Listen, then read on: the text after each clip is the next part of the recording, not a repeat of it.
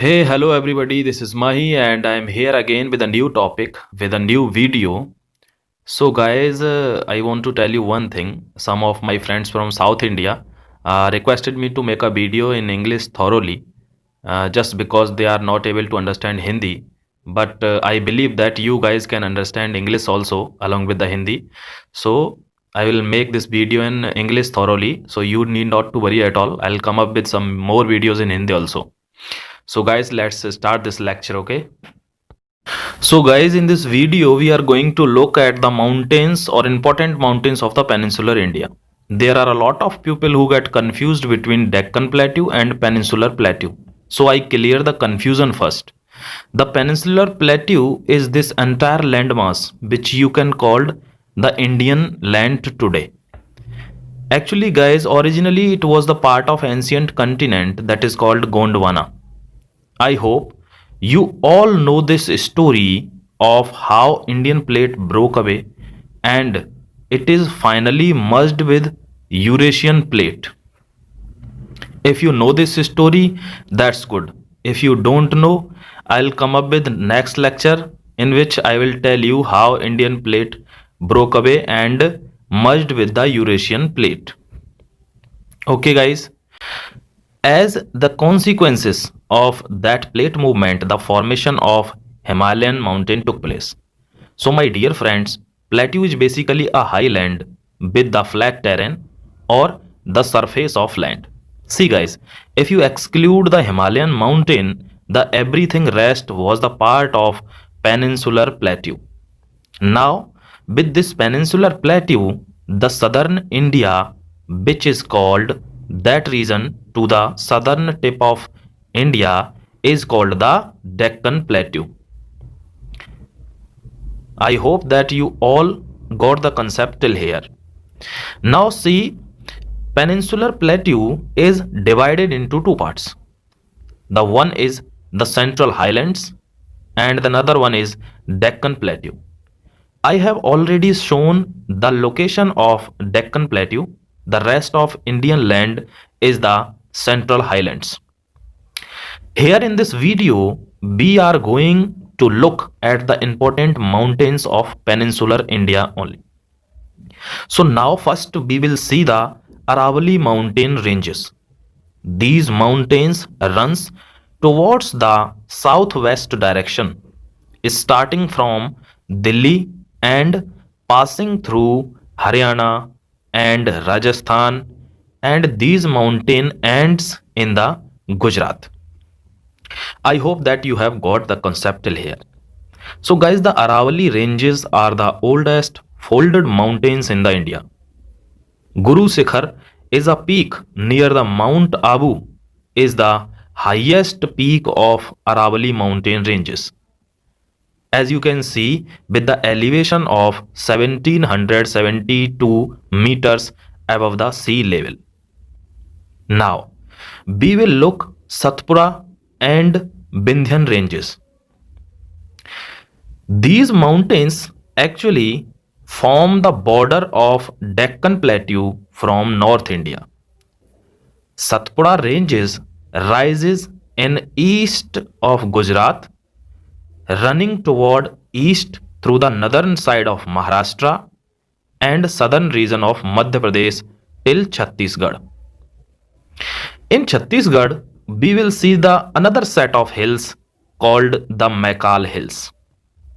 The land elevation from east to west direction, and that's why the river Narmada and Tapi or Tapti flows in that direction just because of the elevation. Mount Dhupgarh is the highest point in the Satpura range, or you can say Satpura range. This is in Madhya Pradesh and the place name is Panchmani. The elevation of this range is 1350 meters from the sea level. It is the highest point of Madhya Pradesh as well. Now guys, if you look at the Vindhya ranges, it originate from the Gujarat and runs along the border of Rajasthan, Madhya Pradesh, and southern of the Uttar Pradesh, along with Chhattisgarh and the border parts of the Bihar also. Even here also the land elevation from east to west direction. Now you have seen the location of Vindhya and Satpura ranges. You can easily imagine now the cities of Bhopal and Indore lies on the plain area in between these two mountain ranges called Satpura and Vindhyan ranges. Kalumar is the highest peak with the elevation of 752 meters from the sea level, located in the Damodar district of Madhya Pradesh. Now guys, if we move toward western coast, we will find the long chain of continuous mountains called the Western Ghats. These mountains called Western Ghat runs parallel to the Arabian Sea and stretch across the western coastal state of India like Gujarat, Maharashtra, Goa, Karnataka, and Kerala and Tamil Nadu. These are the area guys covered by the Western Ghats. In such kind of parallel mountain range along with the Arabian Sea, some portion called Sahyadri, the portion of Maharashtra and Karnataka, the Western Ghat also known as Sahyadri. The Western Ghats are also the first highland of India that encounters the southwest monsoon winds. That means this region receives the lot of rainfall. Due to this, you will find a tropical evergreen forest here. This is the only reason. Therefore, this area consists a high level of biological diversity, means different kind of creatures, and it is also recognized as the world's biological hotspots. Now, if we walk towards the eastern coast, guys, I take you towards the eastern coast now. You will find a discontinuous ranges of mountains that is known as Eastern Ghats. These mountains run through Odisha, Andhra Pradesh, Tamil Nadu. Please understand that in between Andhra Pradesh and Tamil Nadu, these mountains do exist in some parts of Karnataka and Kerala also. Guys, basically this region over here called Nilgiri, where the western and eastern Ghat meets. Okay, as we know, the most of the rivers in Deccan Plateau drain into the Bay of Bengal, and that's why we found the discontinuity in the mountains of the eastern Ghats because of the river erodes and cut the mountain while flowing to the Bay of Bengal. Now I tell you one important thing guys. Annamudi.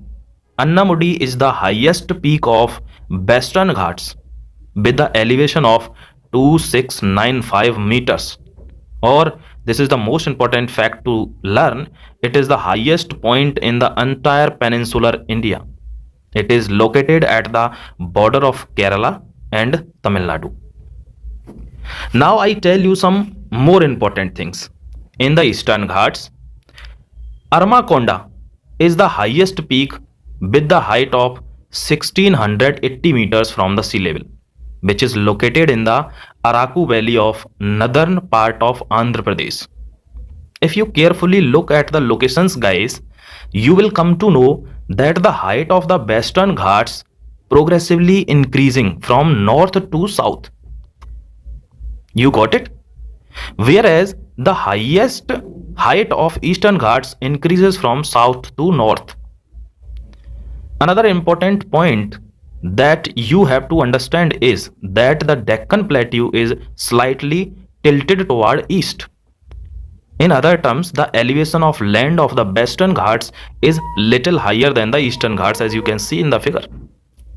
Eastern Ghats has gone through the lot of erosional activities. As I told you, there are many rivers flowing through it, which naturally creates the slope of rivers to flow through into the Bay of Bengal. So these all were the important mountains of peninsular India.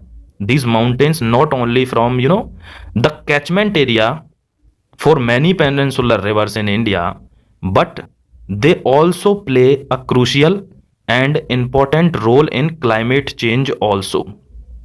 These rivers plays an important role just because of the monsoon. So guys, I hope you will find this video informative. Let me know your thoughts in the comment section below. Thanks for watching guys. I'll definitely see you in the next one. Till then, take care. Bye bye.